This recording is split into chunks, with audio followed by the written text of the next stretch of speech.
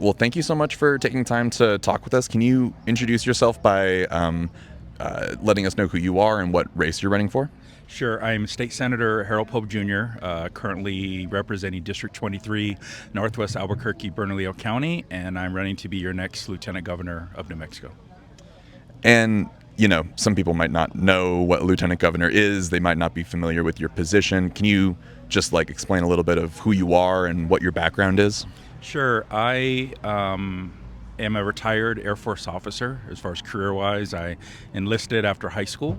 Went to UNM, did Air Force ROTC, got a commission, became an officer. I was a chemist, an acquisitions officer, pretty much program management, mainly on weapons systems and satellite programs. So kind of really have a STEM background. Retired from Kirtland Air Force Base in 2018. Worked a little bit for the city of Albuquerque in the Keller administration. Then I decided to run for state senate in 2020, where I flipped a 3-term Republican seat, making it blue, and making history at the same time, becoming the first ever African American state senator in the history of New Mexico. And once again, now I'm running to be your next lieutenant governor. And if you were to win, would you be the first? Would you be making history again? I believe so. It's not the reason I'm running, but I think it's just important that we really have an inclusive state. And I hope, just like in my Senate run and where I'm at now, it just shows people that, you can achieve things no matter what your background is and where you come from. I think it's important that you see people in positions that you want to strive for. That was something that it was important in my life and getting my education and the success that I seen. It was important that I seen people that look like me in positions. So you talked a little bit about your politics, your background. Why is it important for you right now to be running for lieutenant governor specifically?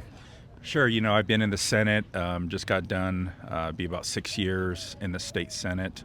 I just believe the state needs my voice, and that's not saying that I have all the answers, but it's just to say that how I operate, showing up, listening to people, and really pushing the policies that I think are important to the state, and really moving forward on where we need to go. I think the discussion and the way the campaigns are, we're talking so much about Trump, we're talking about what's going on in DC, and that's important. I think we all want to be able to step in and have that fight and protect our people. But you got to show up. You got to talk to the people. You got to understand what the needs are in Santa Rosa, what the needs are in TRC. It's not just Albuquerque and Santa Fe, and understand what those issues are, and what those policies are, so that we know actually how to fight against Trump in this administration. I'd also say it's important that we step up and what type of state are we going to build going forward? It's not enough to just say we're against Trump, we're against Republicans. What kind of state do we want to build? And that's really what I'm fighting for and why I want to run for lieutenant governor. At the end of the day, the governor makes the final decisions on what we do, but I think it's important that you have the right people there on the fourth floor at that big round table to make suggestions, push policy, in some instances, push back on policies that I think would be harmful to our communities. So let's talk about policy for a little bit. If you had to list 3 to 4 big policies that you are really trying to get people to vote for you and be excited to vote for you about, what would those 3 to 4 policies include? Sure. I think the first one is encompassing of a few. I mean, I think we're all dealing with affordability, right? Grocery prices, gas prices, our utilities, clothing. Just we know what's going on in DC. We know what these tariffs. We know what's going on with this administration that is really hurting people. But I want to see what can we do in our state to really alleviate that issue, whether it be tax policy, whether it be what can we do on health care, whether it be what we can do with prescription drugs at the state level. And then also what we can do with our funds that we have in the money. How do we get some of that money back into the hands of our people? Gas is really high. But at the same time, because that barrel of oil is so high, we're making a bunch of money in our state, and we're going to have billions extra in revenue.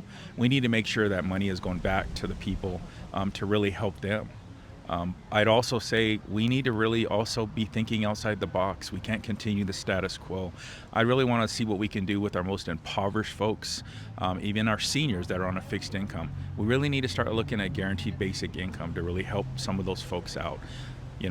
Tax credits for children, family tax credits, certain things, that's not going to impact how they survive and what's happening. So we really need to look there.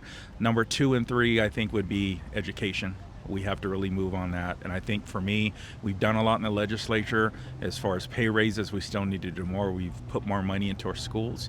But what are we doing to really support our families and our students? And whether that be at home, behavioral health, food insecurity, a lot of other issues like that.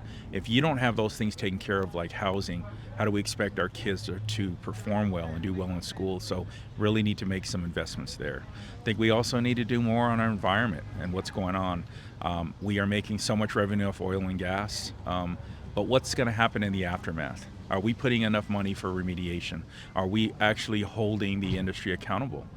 Because right now we're making money, but is it harming our people, whether it be diseases later on like cancer or what's going on with the air that they're breathing? I mean, these issues are so important. I'd also say it's important on how we move forward as a state with industry. We are seeing the new extractive industry of data centers coming into our state. And this is really a nonpartisan issue. I've been to places like Daddle, I've been in Socorro, Gallup Grants. Folks are concerned about this issue. We do not have the water. We didn't have the water before, but we didn't have a winter.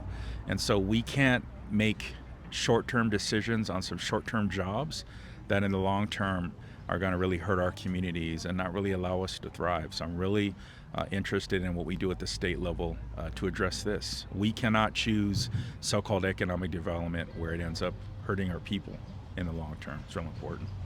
I'd also add too, I'm sorry, and I know this isn't legislation, but same thing with private equity in our state, whether it be purchasing of single family homes or whether it be our utilities. There's not one instance where we see private equity come in and it's beneficial to consumers. And I keep throwing that out there. No one has given me example, but we have to put people first. And that doesn't mean that we're anti-business. It's just we're pro-people, and I think there's a way that we can do that and have our people thrive and they can have living wage jobs, but we have to do it the right way. And I want to get into all of that, but just on a kind of big picture level, because I think, again, getting people familiar with the office and even how to vote for this office, what would a Pope lieutenant governorship do to kind of accomplish these goals or make progress? How can you in that office achieve what you want to? Sure, for 5 years I was on Senate Conservation.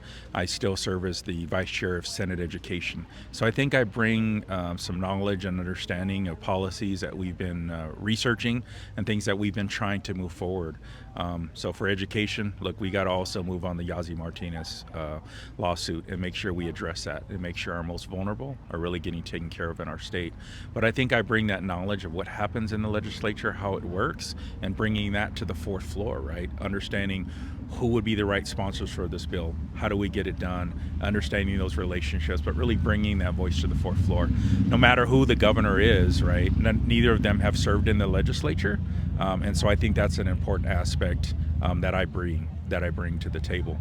That being said, I'm going to still be out in the community trying to work on these issues, whether it be education or our environment or economic development, because I think we focus too much on Santa Fe and Albuquerque and Las Cruces, and there's not a one-size-fits-all solution. We need to find solutions for those communities, and those communities need to be at the front having those conversations, letting us know what they need and what is good for their community. And I think sometimes that doesn't happen enough.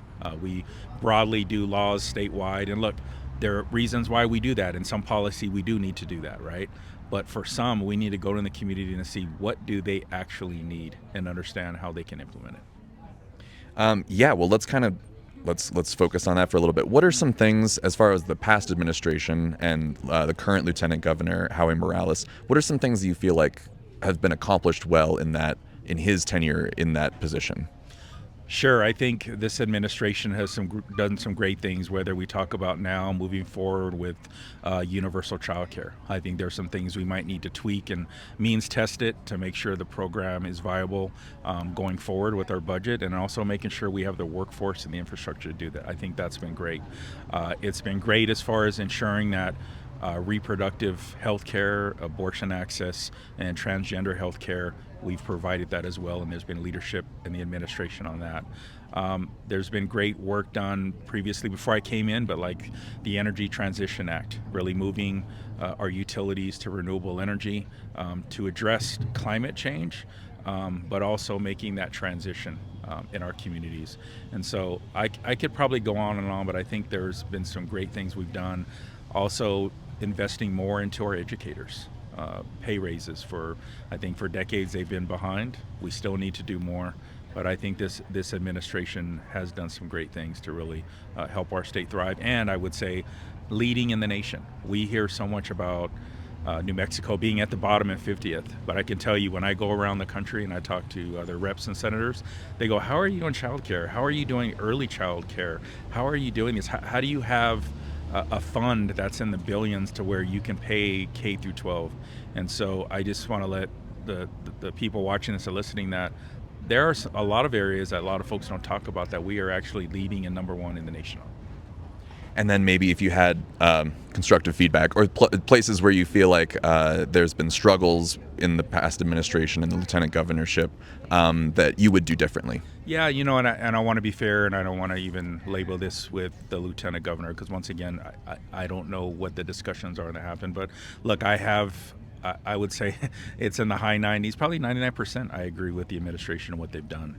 But I've been in opposition, for example, to the release and discharge of produced water. The science is not there. Not that the governor has pushed that per se themselves, but I believe the administration, it keeps allowing this to come up. Look, we can't allow that to happen. I know we're in a water shortage, but making a bad decision by discharging things that could harm us without knowing what it was in the produced water, what was in the fracking solution, and to say it's clean and safe without the data is wrong, and it shouldn't be happening. I also have had concerns on juvenile crime and this rush to look at the juvenile code and rush to charge our youth offenders as adults automatically. I think we look at circumstances, and we need to have the system look at that and make that decision. I remember there was a bill a few years ago mandating 14-year-old manslaughter automatically charged as an adult. We don't know the situation. We don't know what happened. And there's already a mechanism to make that decision, and judges decide that. If it's a situation where the system isn't working, let's look at that system. We have to do more to look out for our young people. And I think there's this notion that our young people are out of control, they're doing all this, and we got to lock them up and build jails. I want to see us invest in our families and our young people now to avoid that. Now, that's not saying that there aren't some folks that are going to do heinous crimes, and we need to hold them accountable. There's already a system to do that. But let's invest in that. We seem to always have money to do this, but not in prevention and investing in families. And so that's kind of a different direction that I would go. And definitely, we haven't heard many people in our interviews of primary candidates bring that up at all. So thank you for kind of clarifying that position.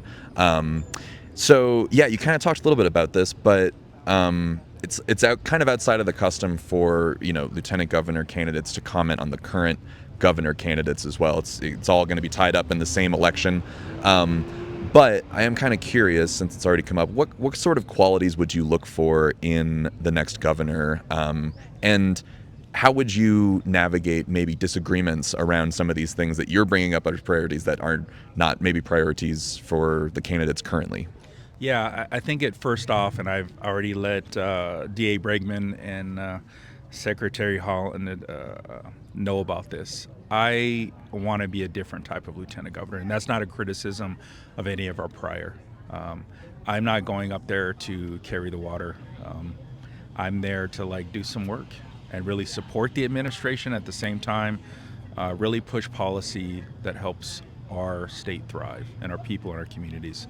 That being said, if there's policies that I'm in agreement with and I think help our communities, you're going to get a champion and someone that's going to back you and be out there and really pushing these policies and promoting what you're trying to do.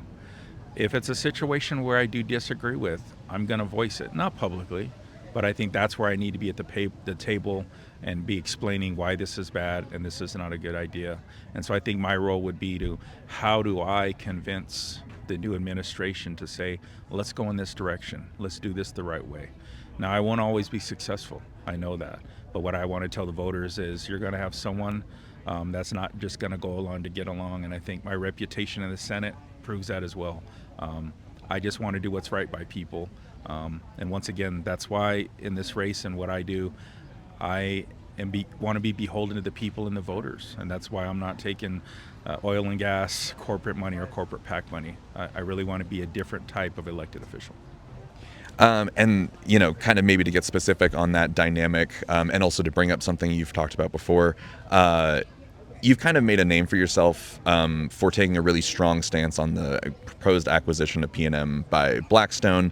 Other Democratic candidates have been kind of wishy-washy, and I just want to know, like, first of all, like, can you specify your stance on this issue?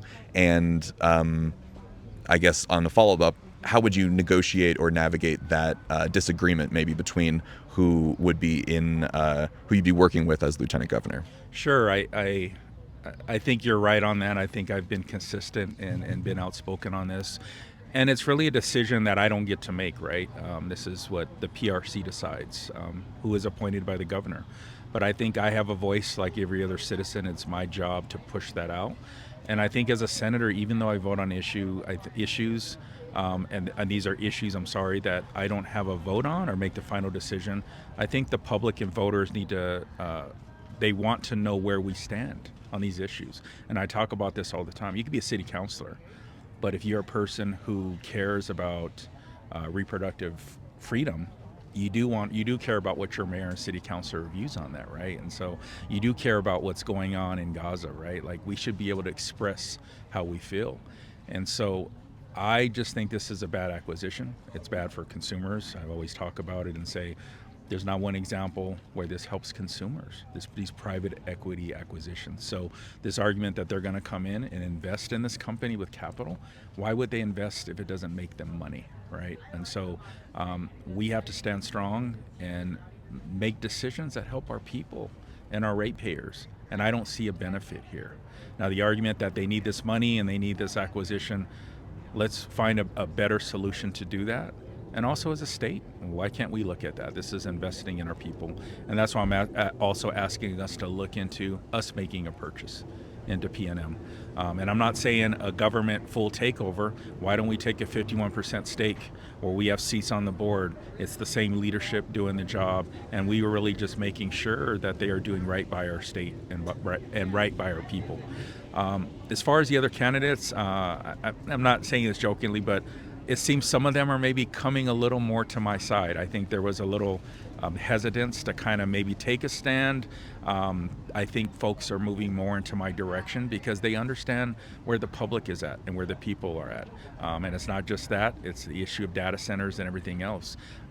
These are issues where folks want to know where we stand, and we can't sit back and hide or not say where we stand on something because we don't vote on it or make the final decision. People want to know where our leaders are at on these policies and the direction we're going in our state.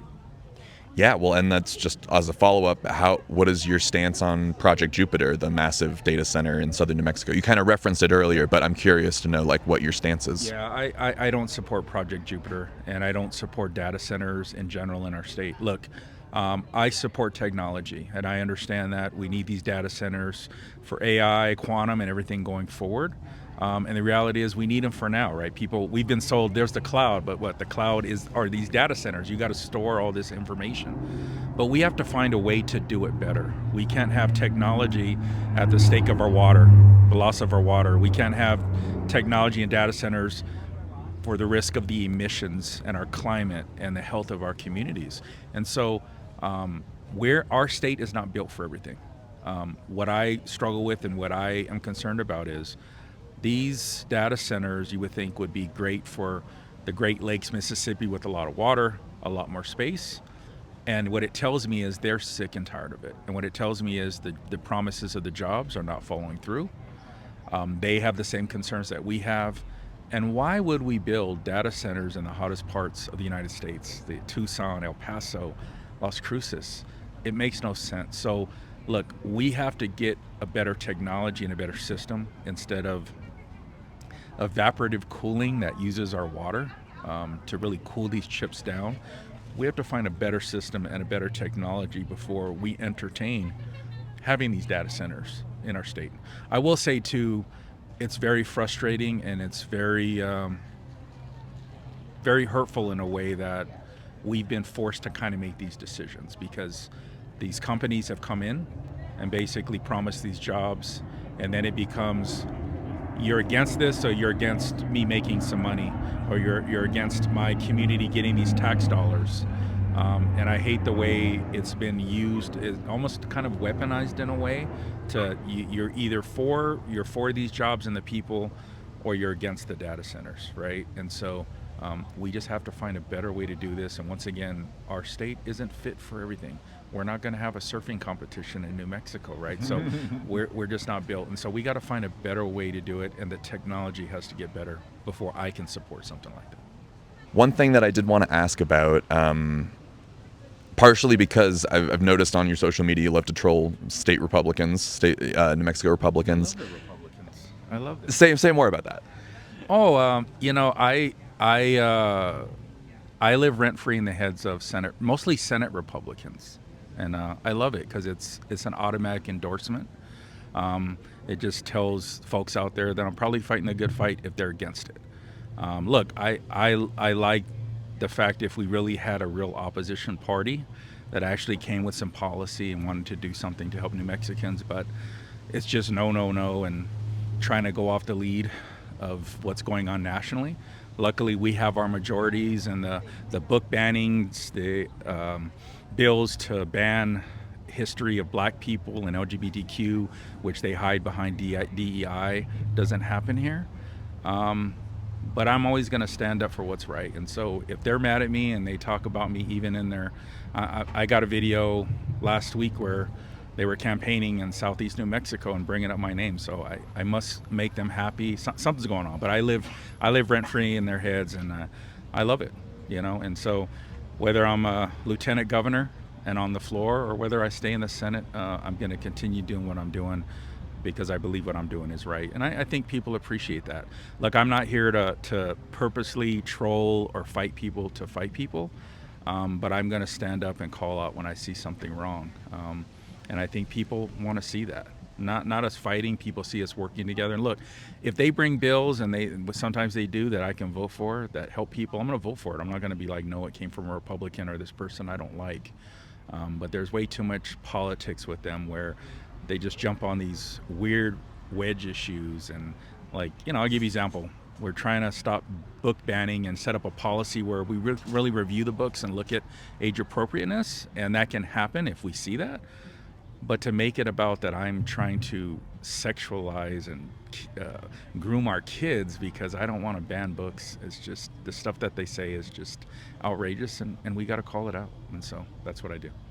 And I feel like a lot of people see it and they want someone to stand up and, be active on the front lines and stand up for it and call it what it is, right? I think that's something that I think a lot of people are struggling with the National Democratic Party. And I'm wondering if, you kind of mentioned it a little bit, but what lessons do you think have been learned from your perspective and that you're carrying with you into your campaign, kind of based on the last couple of years and the last few elections where Democrats have really struggled to gain enthusiasm? First off, I say stand for something. Look, there's a reason why we have a person in the White House. I think he's a liar. He sold a bill of goods, but he stood for something. I think we make the mistake on our side of not standing for things and not saying what we believe in. And as I like to say, standing 10 toes down saying this is what I'm for. I think people want us to get out there and stand for something, even if we might be wrong or we need to tweak it or we learn more later. They want people that stand for something and are going to say something about it.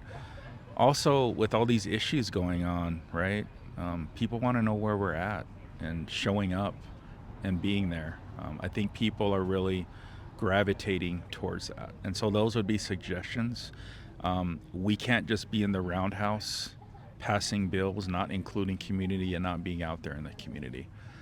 Also, show up when you're not running, right? Be that voice and show up. So, I could probably write a memoir and a book of just the 6 years I've been in the Senate and what I've seen and the problems, but there's a lot that we need to do, and we need to be critical on what we're doing in our communities. Even though we're in the majority, we're not perfect, and we need to do more.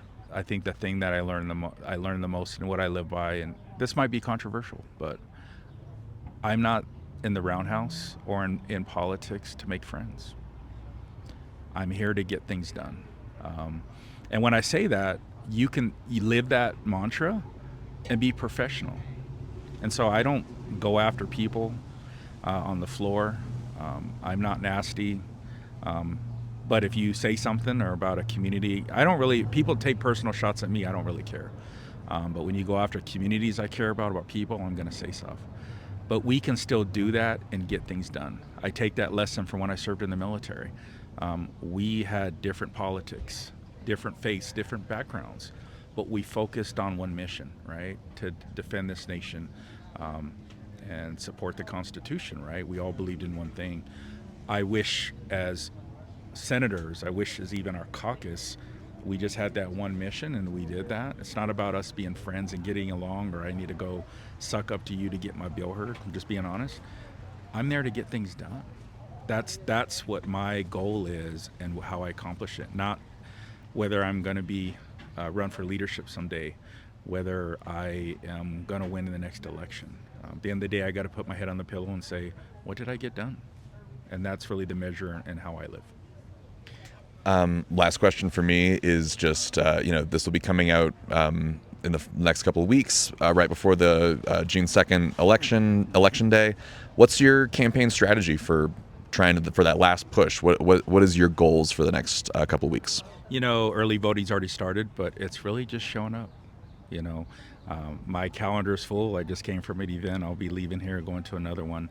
I wish I had a clone, and maybe the AI in the brain to really do my talking points and answer questions and show up. That's not possible, and I'll probably crash for a couple days after this election. But it's really just showing up. Most importantly, listening and being humble to understand that I don't have all the answers, but promising that I'll be back, whether as a senator or as a lieutenant governor, that we can try to work and help people. And I think that's what people want to see. I think we've gotten away from that. We're using technology in the right way. We can text people, we can get on TV, we can do digital, but in some ways it's become an annoyance for some people, right? They're getting tired of that and their phones and the intrusion. So it's a tough way to do it. But just showing up everywhere, being everywhere. And I've been doing that for years, just even as a senator, even outside my district. And I'll just keep doing it. I will tell you, the poll was disappointing where it had me. I don't believe that in the poll. And I believe we'll do much better than the so-called 10%. So no matter what happens, that'll be a huge victory. And it's about, to me, a people-powered campaign to where I'm not, like I said, oil and gas, corporate money's not making this happen. And I want to show people that we can do it the right way. I hear from so many people that there's so much money that we have to take this money or we have to do these things. I don't believe that. I believe if you show up, we can still have people-powered races and still win.